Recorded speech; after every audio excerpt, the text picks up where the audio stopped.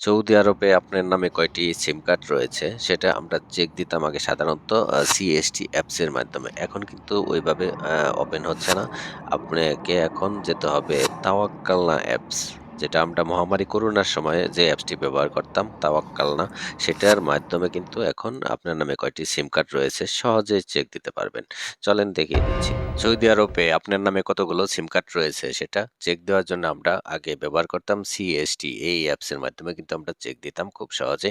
এখন কিন্তু সেই অ্যাপসের মাধ্যমে আপনি ওপেন হচ্ছে না। এখন আপনার নামে কতগুলো সিম কার্ড রয়েছে চেক দিতে হলে আপনাকে ওপেন করতে হবে তাওয়াক্কালনা এই অ্যাপসটি। ঠিক আছে? এটাকে ওপেন করবেন।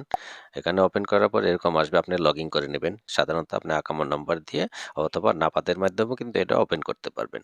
ওপেন করার পর একটু নিচে যাবেন। নিচে গিয়ে এখানে দেখেন আর গেম এই অপশনটার উপর ট্যাপ দিবেন। ট্যাপ দেওয়ার পরে এরকম ফিউচার আসবে।